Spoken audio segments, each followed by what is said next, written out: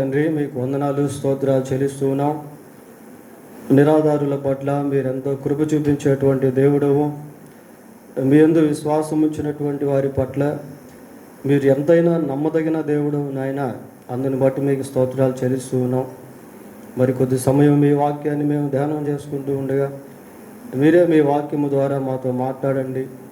ప్రతి ఒక్కరిని చిన్న బిడ్డలు మొదలుకొని పెద్దవారి వరకు ప్రభా మీ పరిశుద్ధాత్మ కార్యం దయతో జరిగించమని మా రక్షకుడైన యేసుక్రీస్తు పరిశుద్ధమైన నామంలో ప్రార్థన చేస్తున్నాము తండ్రి, ఆమేన్.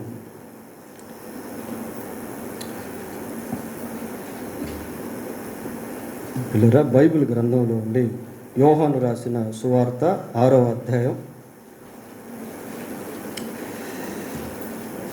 11వ వచనాన్ని చదువుకుందాం.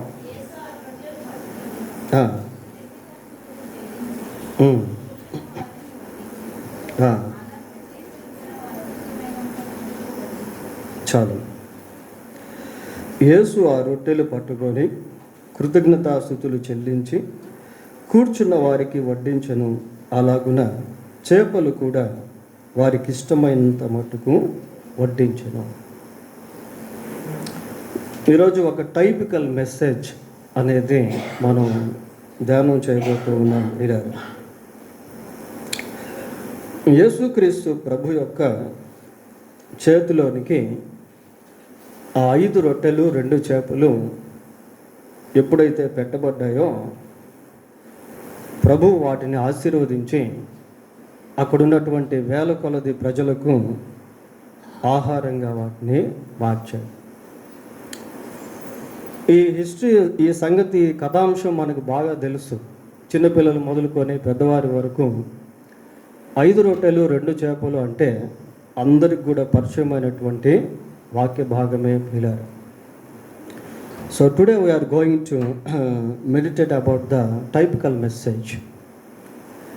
క్రీస్తు ప్రభు యొక్క శరీరంలో చేతిలోనికి ఆ రొట్టెలు చేపలు వెళ్ళినప్పుడు ప్రభు వాటిని ఏ విధంగా ఆశీర్వదించి ప్రజలకు ఆహారంగా సంతృప్తిగా మార్చాడు అన్న అంశాన్ని పరిశీలిస్తూ కొన్ని విషయాలు, ఒక 4 విషయాలు మనం క్లుప్తంగా ఈ సందేశంలో ధ్యానం చేద్దాం. మొట్టమొదటిగా ప్రభు యొక్క చేతిలోనికి 5 రొట్టెలు 2 చేపలు అనేటువంటివి పెట్టబడ్డాయి లేక ఇవ్వబడ్డాయి. పిల్లల, మన జీవితంలో మనల్ని మనం ఎప్పుడైతే దేవుని చేతికి అప్పగించుకునేటువంటి వారంగా ఉంటామో అక్కడ అనేక అద్భుతాలు అనేటువంటివి మనము చూస్తాం. ప్రభు చేతికి ఎప్పుడైతే 5 రొట్టెలు 2 చేపలు పెట్టబడ్డాయో, పెట్టబడిన తర్వాత అవి 5గా లేవు, అవి 2గా లేవు. అవి ఎలా ఉన్నాయంటే మల్టిప్లికేషన్ అయిపోయింది, మల్టిప్లై అయిపోయింది. అంటే పెట్టకముందు 5 రొట్టెలే 2 చేపలే, పెట్టబడిన తర్వాత అవి వేల కొలది ప్రజలకు ఆహారంగా మార్చబడ్డాయి. సో అక్కడ మనం ఏం చూస్తున్నాం, ఒక మల్టిప్లికేషన్ అనేటువంటి, ఒక విస్తీరణ అనేటువంటిది చూస్తూ ఉన్నాం. Whenever we commit our selves or submit our selves to his mighty hands, దేవుని యొక్క శక్తిగల హస్తాలకు మనల్ని మనం ఎప్పుడైతే అప్పగించుకుంటామో ప్రభువు మనల్ని విస్తరింపజేస్తాడు, మనల్ని విస్తరింపజేస్తాడు. ప్రియులారా, ఉదాహరణకి సమూయేలు మొదటి గ్రంథం 1వ అధ్యాయము 28వ వచనం ఒకసారి చదువుదాం. 1వ అధ్యాయం 28వ వచనం.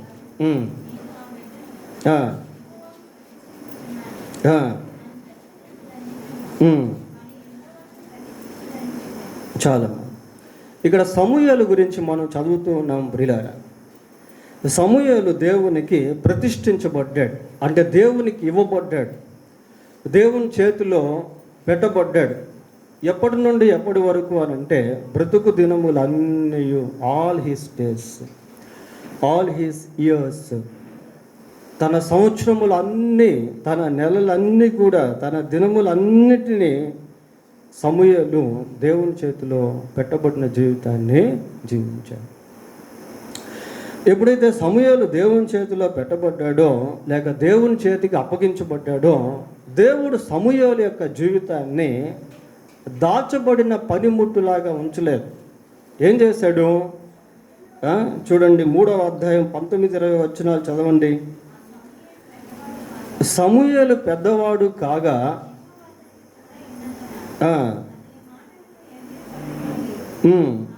కాబట్టి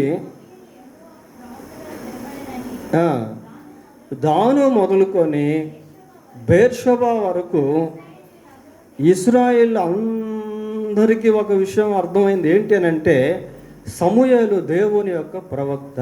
Samuel is the profit of God. Israel ప్రజలందరికీ అర్థమైంది ప్రియులారా. అంతకుముందు సమూయేలు ఎవరో ఎవరికీ తెలియదు. సమూయేలు యొక్క జీవితం ఎప్పుడైతే దేవుని చేతిలో పెట్టబడిందో అది స్ప్రెడ్ అయిపోయింది.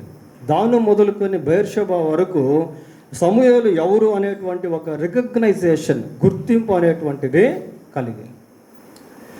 దాను మొదలుకొని బేర్షెబా వరకు ఇశ్రాయేల్ అందరికి కూడా సమూయేలు ఒక ప్రవక్త అని అర్థమైంది ప్రియులారా. So commitment to the Lord, submitting to the Lord, దేవునికి సమర్పించుకొనుట, దేవుని చేతిలో పెట్టబడుట అనేటువంటిది మన జీవితాన్ని విస్తరింపజేస్తుంది. దావీదుని గురించి ఆలోచన చేస్తే, దావీదు ఎవరో చాలా వరకు ఎవరికి తెలియదు. దావీదు ఏదో ఒక గొర్రెల కాపరిగా మాత్రమే తన ఇంటి వారికి లేక ఎవరికో కొద్దిమందికి మాత్రమే తెలుసు ప్రియులారా. ఎక్కడో అడవుల్లో, లోయల్లో, కొండల్లో, ఆయా ప్రాంతాల్లో దావీదు గొర్రెలు మేపుకుంటూ ఆ రీతిగా జీవిస్తూ ఉండేవాడు. అయితే దేవుడు దావీదును ఆశీర్వదించి దావీదు ఎవరో అన్న విషయాన్ని అందరికీ తెలియజేశాడు, విస్తరింపజేశాడు. The life of David has been spread to many regions. అనేక ప్రాంతాలకి దావీదు యొక్క జీవితము వ్యాప్తి చెందింది. కారణం ఏంటి అంటే, దావీదు తన యొక్క జీవితాన్ని దేవునికి సమర్పించుకున్నాడు.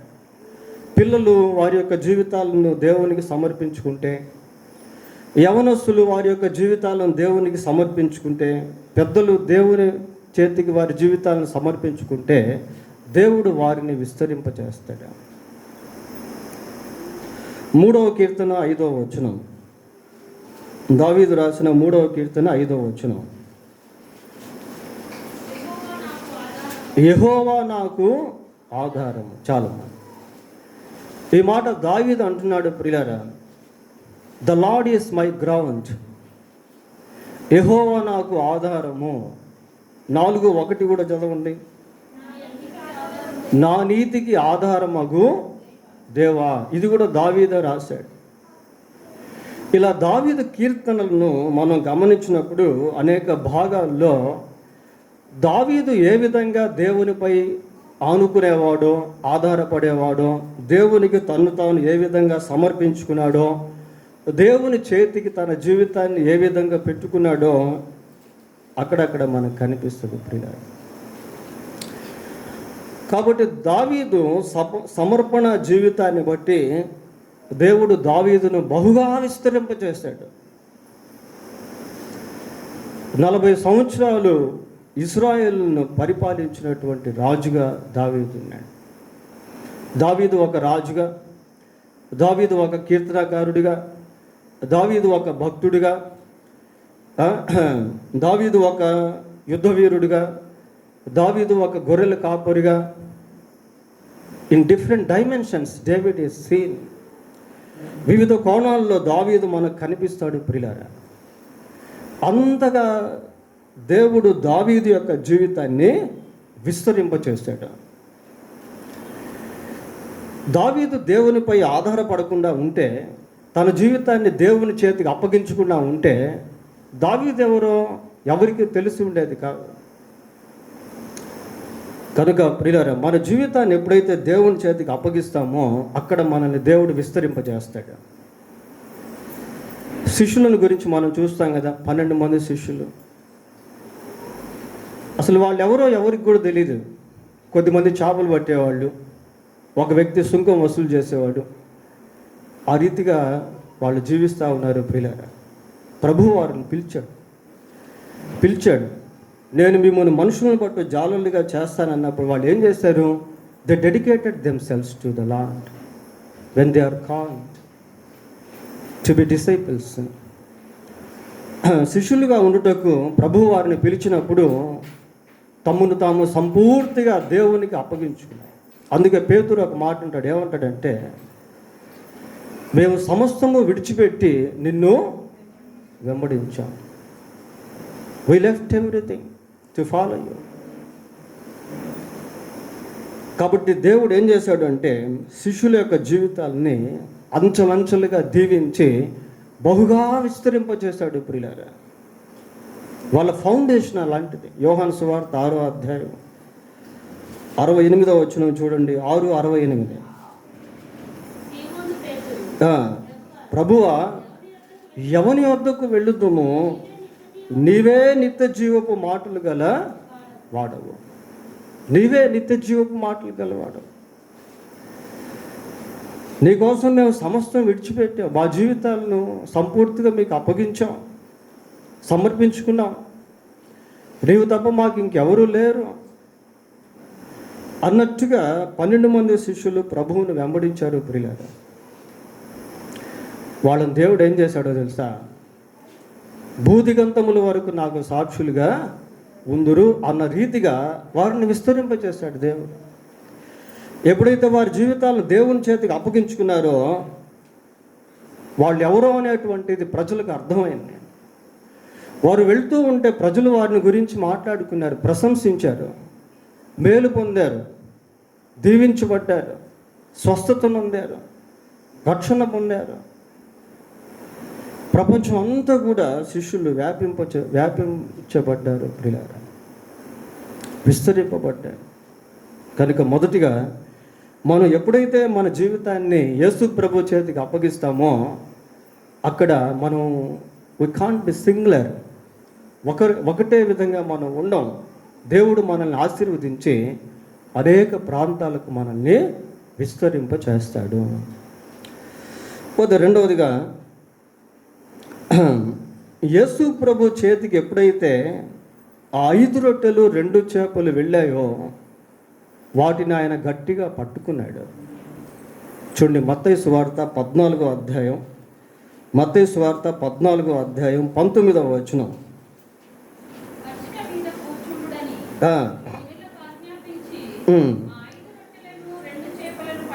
5 రొట్టెలను 2 చేపలను పట్టుకొని, చాలమ్మా, పట్టుకున్నాడు ప్రియులారా. Holding that 5 bread and 2 fish పట్టుకున్నాడు. దీంట్లో మనం గమనించాల్సింది ఏంటి అంటే God's protection, safe and sound. దేవుని యొక్క కాపుదల. మన జీవితాన్ని ఎప్పుడైతే దేవుని చేతికి అప్పగిస్తామో అక్కడ మనం భద్రతను కలిగి ఉంటాం, అక్కడ మనం క్షేమాన్ని కలిగి ఉంటాం ప్రియులారా. అక్కడ దేవుడు మనల్ని జ్ఞాపకం చేసుకునేటువంటి వాడిగా ఉంటాడు. యెషయా గ్రంథం 49వ అధ్యాయం 15-16 వచనాలు.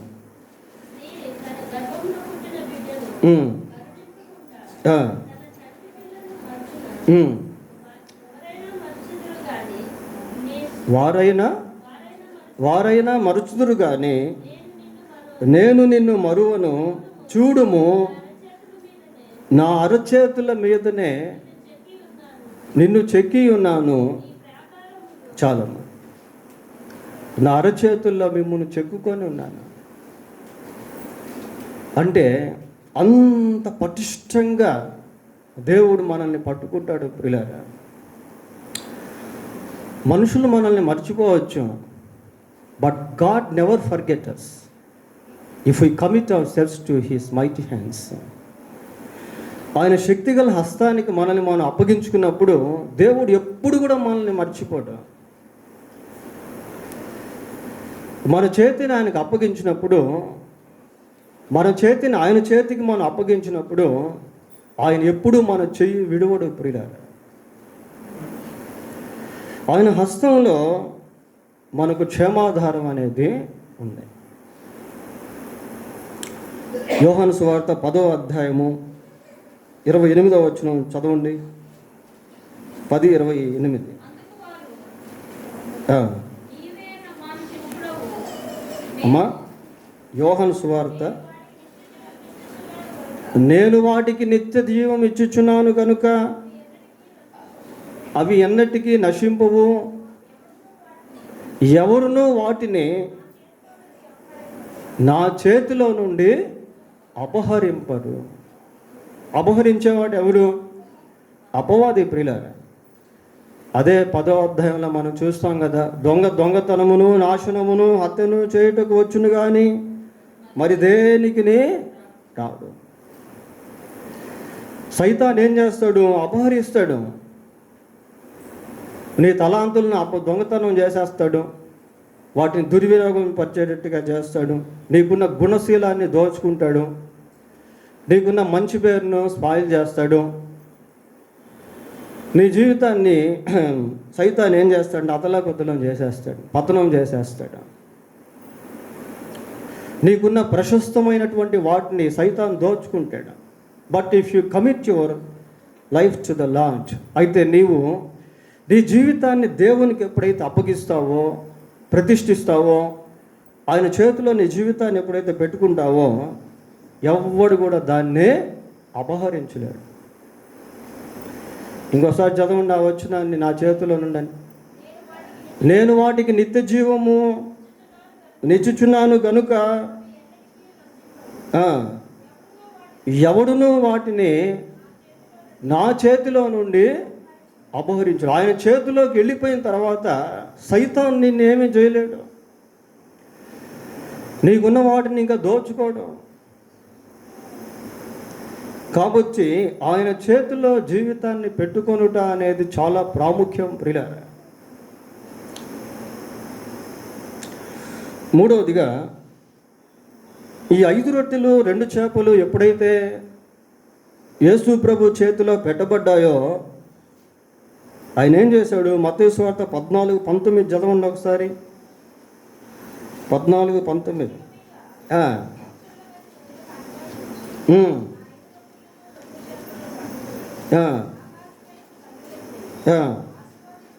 ఆశీర్వదించి, హీ బ్లెస్డ్ దెమ్, వాటిని ఆశీర్వదించాడు ప్రియులారా, వాటిని ఆశీర్వదించాడు. పిల్లల గురించి మనం మన మధ్య మెసేజ్ విన్నాం. తల్లిదండ్రులైనటువంటి వారు పిల్లల్ని ప్రభు దగ్గరికి తీసుకొచ్చినప్పుడు ప్రభు వారిని చూసి ఒక మాట అన్నాడు. ఏమన్నాడు? చిన్నపిల్లలను ఆటంకపరచక వారిని నా యొద్దకు రాను, లెట్ దెమ్ కమ్ అన్టు మీ, నా యొద్దకు వారిని రానియండి అన్నాడు. So God has a specific plan towards children. పిల్లల పట్ల దేవునికి గొప్ప ఉద్దేశాలు అనేవి ఉన్నాయి. అక్కడ మార్క్స్ వార్తలో ఒక మాట మనం చదువుతాం ప్రియులారా. మార్క్స్ వార్త 10:16 చదవండి. 10:16.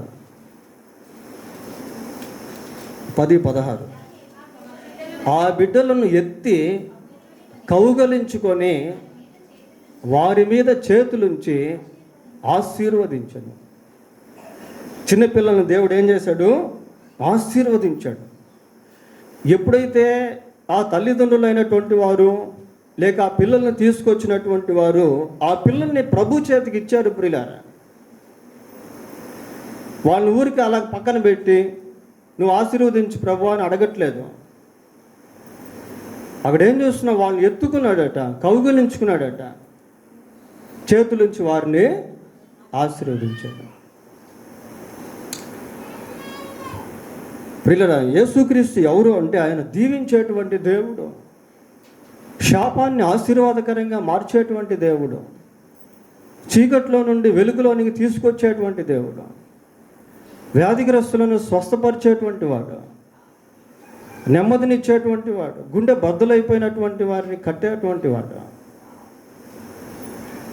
ఆ పిల్లల్ని ప్రభువు ఆశీర్వదించాడు. దేవుడు నిన్ను ఆశీర్వదిస్తే నీ పని దీవించబడుతుంది. ఆదికాండము 26వ అధ్యాయం 12వ వచనం చదవండి. 26:12. ఇస్సాకు ఆ దేశమందున్నవాడై విత్తనము వేసి ఆ సంవత్సరము 100 అంతల ఫలము పొందెను. యెహోవా అతనిని ఆశీర్వదించెను గనుక ఆ మనుష్యుడు గొప్పవాడాయను. దేవుడు ఇస్సాకును ఆశీర్వదించాడు ప్రియులారా.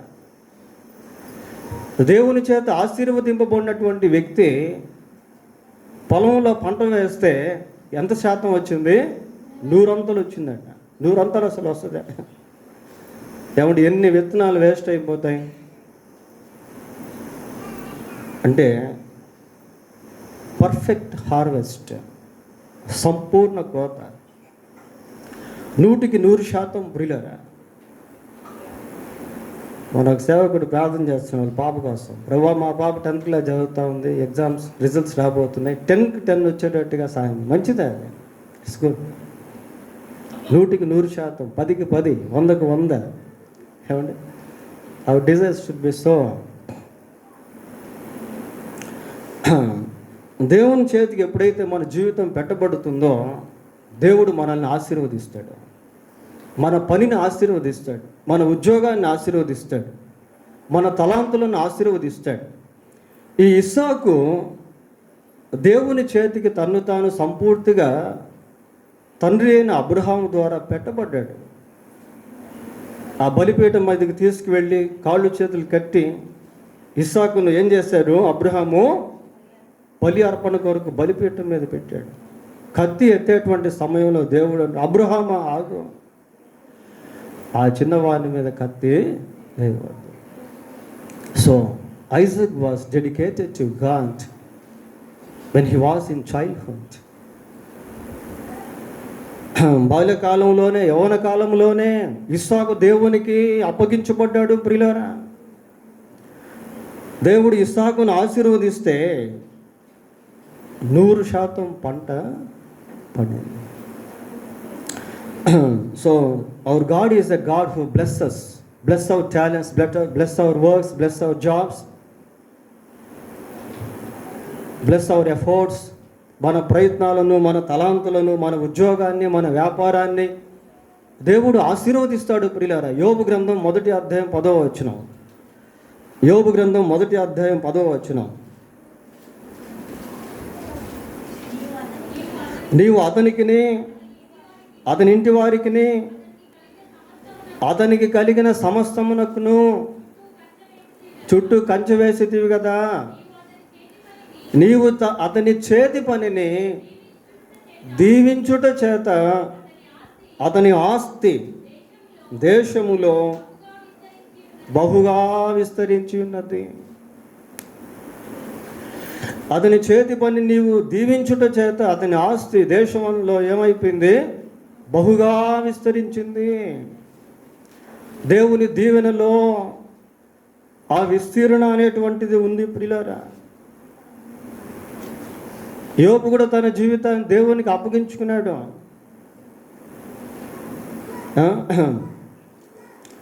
కనుక ఈ 5 రొట్టెలు 2 చేపలు ప్రభు చేతికి ఇవ్వబడకుండా ఉంటే అవి దీవించబడేవి కావు. మరి జీవితాన్ని దేవునికి ఇవ్వబడినంత కాలము, అప్పగించుకున్నంత కాలము we can't be blessed abundantly. మనం సమృద్ధిగా దీవించబడలేము ప్రియులారా. పిల్లల్ని దేవునికి ప్రతిష్ఠించాలి, వస్తువుల్ని దేవునికి ప్రతిష్ఠించాలి. ఉద్యోగం విషయంలో, వ్యాపార విషయంలో దేవుడు నీకు ఏదైతే ఇచ్చాడో దాన్ని నీవు దేవునికి అప్పగించాలి. దాన్ని దేవుని మహిమ కొరకు నీవు వాడాలి. అప్పుడే అది ఆశీర్వదించబడుతుంది. పోతే చివరిగా ఈ 5 రొట్టెలు 2 చేపలు ఎప్పుడైతే ప్రభు చేతికి ఇవ్వబడ్డాయో ప్రభువు వాటిని అక్కడ ఉన్నటువంటి వారికి పంచిపెట్టాడు. పంచిపెడితే వాళ్ళు సగం కడుపుతో లేరు ప్రియులారా, సంతృప్తిగా భుజించారు.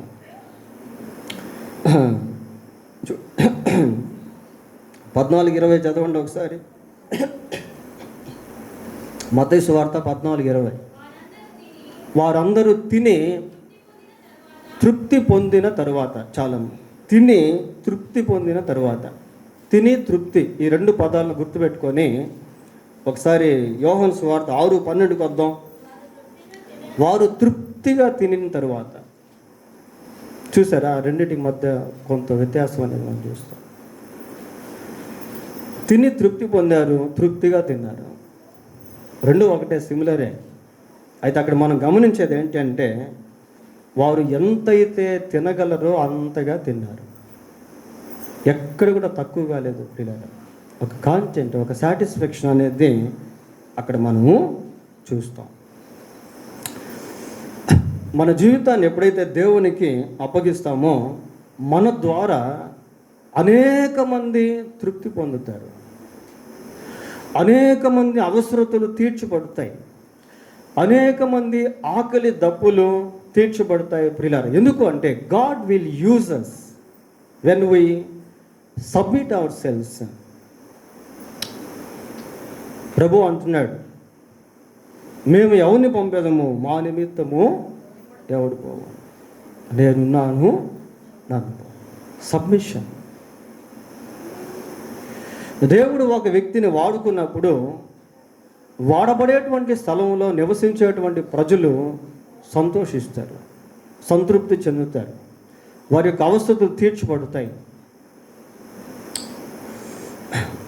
అపోస్తుల కార్యములు 8వ అధ్యాయం 5వ వచనం ఒకసారి చూడండి.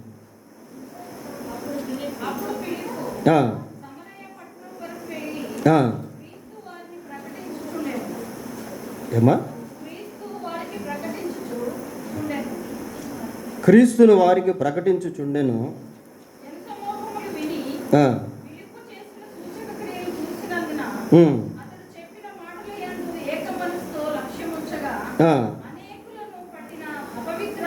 అనేకులను పట్టిన అపవిత్రాత్మలు పెద్ద కేకలు వేసి వారిని వదిలిపోయాను. చూడండి ప్రియులారా, ఇక్కడ ఫిలిప్పు మరి ఒక్కొక్క ప్రాంతానికి వెళ్ళి సువార్త ప్రకటిస్తూ ఉన్నాడు. ఫిలిప్పు ద్వారా అనేక సూచక్రియలు చేయబడుతూ ఉన్నాయి. దయ్యాలు పట్టినటువంటి వాళ్ళు విడుదల పొందుతూ ఉన్నారు. వ్యాధిగ్రస్తులు స్వస్థతలు అయిపోతున్నారు ప్రియులారా. పక్షవాయువు గల వారును, కుంటివారును అనేకులు స్వస్థత పొందిరి. అందుకు ఆ పట్టణములో మిగుల సంతోషము కలిగింది. ఆ పట్టణంలో ఏం కలిగింది? సంతోషం. ఎంత సంతోషం అట? మిగుల సంతోషం ప్రియులారా. అంటే ఆ మిక్కిలి సంతోషం, ఎక్కువ సంతోషం. మెజర్మెంట్స్ చెప్తున్నాడు అక్కడ. ఆ పట్టణంలో చాలా సంతోషం కలిగింది. ఎందుకంటే దయ్యాలు వెళ్ళిపోతూ ఉన్నాయి, రోగులు బాగా అయిపోతున్నారు, పక్షవాయులు తిరిగి లేచి నడుస్తూ ఉన్నారు. దేవుని కార్యాలు ఎక్కడైతే జరుగుతాయో అక్కడ ప్రజలు సంతోషిస్తారు, ప్రజలు సంతృప్తిని పొందుతారు, ప్రజలు క్షేమాన్ని అనుభవిస్తారు, ప్రజలు మేలు పొందుతారు, ప్రజలు విడుదల పొందుతారు ప్రియులారా. అలాంటి దేవుని కార్యాలు జరగాలంటే మనల్ని మనం దేవునికి అప్పగించుకోవాలి. దేవుడు మనల్ని వాడుకోవాలి. ఎప్పుడైతే దేవుడు మనల్ని వాడుకుంటాడో ప్రజలు సంతృప్తి పొందుతారు, సంతోషిస్తారు. ఫిలిప్ ఏం చేస్తున్నాడు? సువార్త క్రీస్తును వారికి ప్రకటిస్తాడు. He proclaim gospel of Christ. సువార్త ప్రకటిస్తూ ఉన్నాడు ప్రియులారా. సువార్త ప్రకటిస్తూ ఉంటే ప్రజలు మారు మనసు పొందుతూ ఉన్నారు. మనం జక్కయ్య గురించి చూస్తాం కదా, లూకా సువార్త 19వ అధ్యాయం. జక్కయ్య ఏమంటున్నాడు? నా ఆస్తిలో సగాన్ని బీదలకు ఇస్తాను, ఎవరి దగ్గర అయితే అన్యాయంగా తీసుకున్నాను వాళ్ళకి తిరిగి 4 అంతలు ఇచ్చేస్తాను అంటున్నాడు. అలా అంటున్నాడు. దానికి కారణం, దానికి ముందు ఏంటి అంటే he had the love of money. అంతకుముందు ధనాపేక్ష కలిగి ఉన్నాడు ప్రియులారా. కాబట్టి బాగా సంపాదించేశాడు డబ్బు. ఇప్పుడు మారు మనసు పొందాడు, డబ్బు మీద అపేక్ష పోయింది, ధనాపేక్ష వెళ్ళిపోయింది. ఇప్పుడు సంతృప్తిగా ఉన్నాడు ప్రియులారా. ధనాపేక్షకి సంతృప్తికి లింక్ అనేది ఉంటుంది ఒకటి. చూడండి ఒకసారి హెబ్రీ పత్రిక 13వ అధ్యాయం హెబ్రీ పత్రిక 13వ అధ్యాయము 5వ వచనం. ధనాపేక్ష లేని వారై మీకు కలిగిన వాటితో తృప్తి పొంది ఉండండి. ధనాపేక్ష ఉంటే ఇంక తృప్తి ఉండదు. ఎంత సంపాదించినా సంపాదించాలి. తృప్తి లేని జీవితం ప్రియులారా. ఇప్పుడు జక్కయ్యకి తృప్తి అనేది వచ్చేసింది. ఇంకా ధనాపేక్ష పోయింది. ఎటు పోయిందా పోయింది. ఏమంటాడు, నా ఆస్తిలో సగం ఇచ్చేస్తా అంటున్నాడు. ఎక్కడైతే అన్యాయంగా నేను తీసుకున్నాను 400 తిరిగి ఇచ్చేస్తాను అంటున్నాడు ప్రియులారా. He lost the love of money. ధనాపేక్ష వెళ్ళిపోయింది. తృప్తి కలిగి జీవిస్తూ ఉన్నాడు.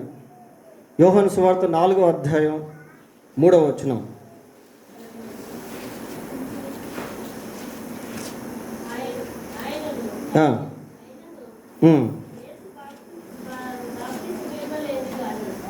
ఒక్క నిమిషం. 4వ అధ్యాయం 13వ వచనం చూడండి.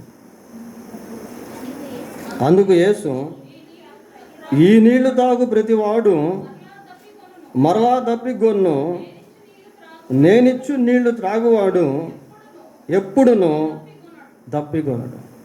ఎప్పుడూ తప్పిగొనడు. ఒక సాటిస్ఫాక్టరీ ప్రియులారా, సంతృప్తికరమైనటువంటి స్థితి. పాపంలో జీవిస్తున్నటువంటి వ్యక్తి పరిశుద్ధుడైన యేసుక్రీస్తునందు విశ్వాసం ఉంచితే పాపం విషయంలో ఆ దాహం అనేది వెళ్ళిపోతుంది, ఆకలి అనేది వెళ్ళిపోతుంది ప్రియులారా. You will be satisfied with what you have. నీకున్నటువంటి దానితో నీవు తృప్తి చెందే వ్యక్తివిగా ఉంటావు. నీకున్న భర్తతో, నీకున్న భార్యతో you will be satisfied with what you have. నీకున్న ఆశతో నీవు తృప్తి చెందేవాడిగా ఉంటావు.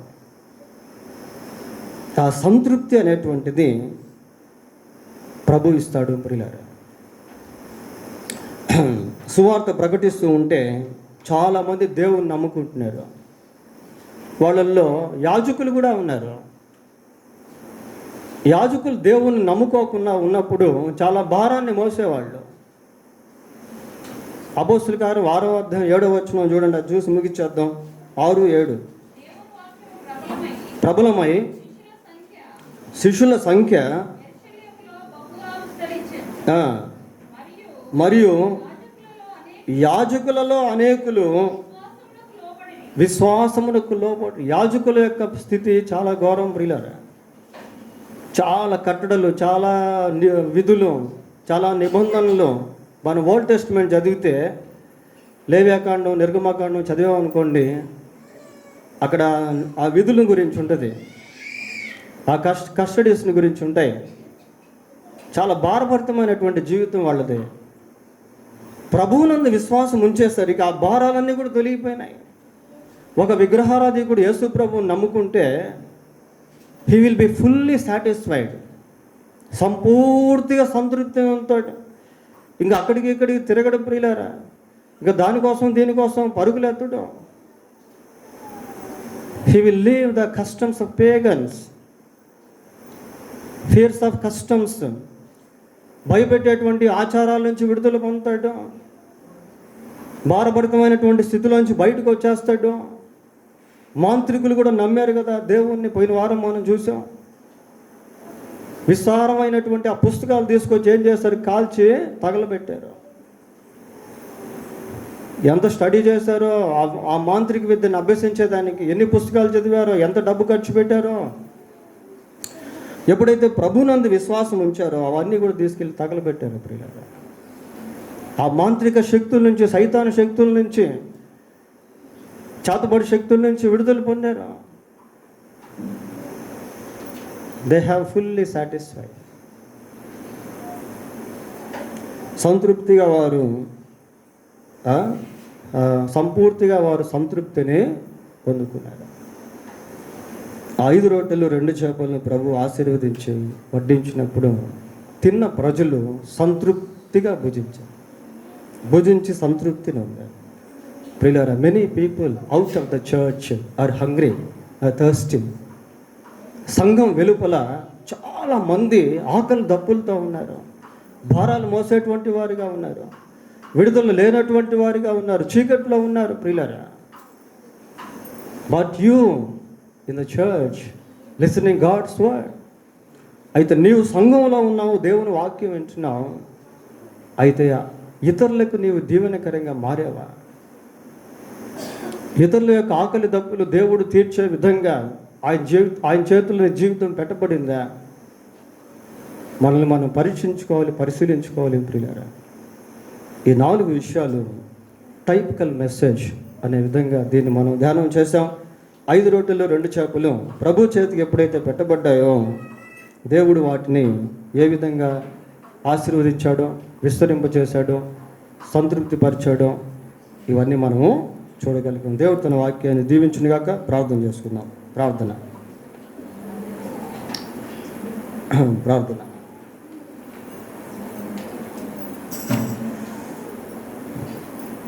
పరిశుద్ధుడైన మా తండ్రి, మీకు వందనాలు, స్తోత్రాలు చెల్లిస్తున్నాం. మమ్మును మాకు కలిగినటువంటి వాటిని, అది వ్యక్తిగత జీవితమైన, కుటుంబ జీవితమైన, ఆస్తుల అంతస్తులైన, ఉద్యోగమైన, వ్యాపారమైన, తలాంతులైన, అది ఏదైనప్పటికీ కూడా ప్రభువా మీ చేతిలో పెట్టేవారముగా మమ్మల్ని చేయండి.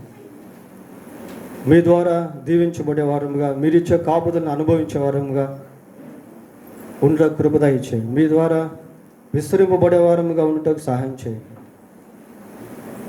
మీ ద్వారా ప్రభు అనేకులకు మీ యొక్క సంతృప్తిని తీసుకొచ్చేవారముగా ఉండటకు కృప దయచేయండి. మీ సన్నిధి మాకందరికీ తోడుగా ఉంచండి. మా రక్షకుడైన యేసుక్రీస్తు నామంలో ప్రార్థన చేస్తున్నాము తండ్రి. ఆమేన్.